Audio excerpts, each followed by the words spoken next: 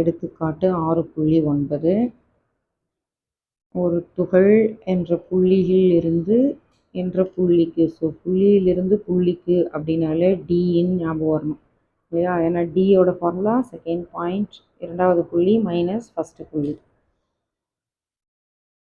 2i cap plus 5j cap plus 6k cap மற்றும் minus i cap minus 2j cap minus k cap என்ற மாறாத விசைகளின்.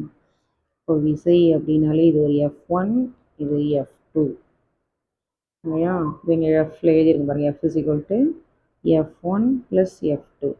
So இந்த F1 எடுத்து எழுதுறீங்க, F2 எடுத்து எழுதுறீங்க.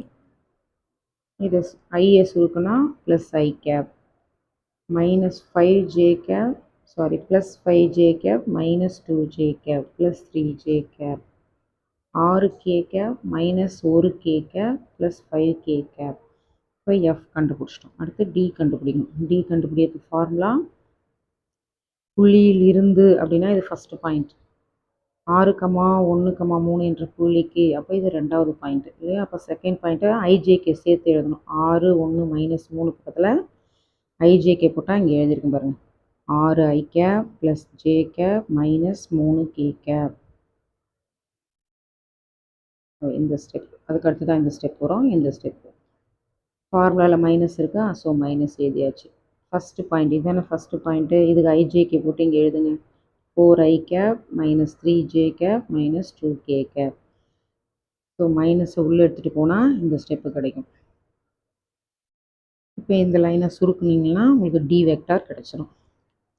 ஃபார்முலா விசை செய்த வேலை, மொத்த வேலை எல்லாமே ஒன்று தான். W is equal to F dot D. W caps, Fவும் கேப்பு, D மட்டும் small letter. So F dot D தான் F இதை கண்டுபிடிச்சிரும் இல்லையா? அந்த வெக்டார் எடுத்து எழுதுறீங்க, டாட் ப்ராடக்ட் போடுறோம்.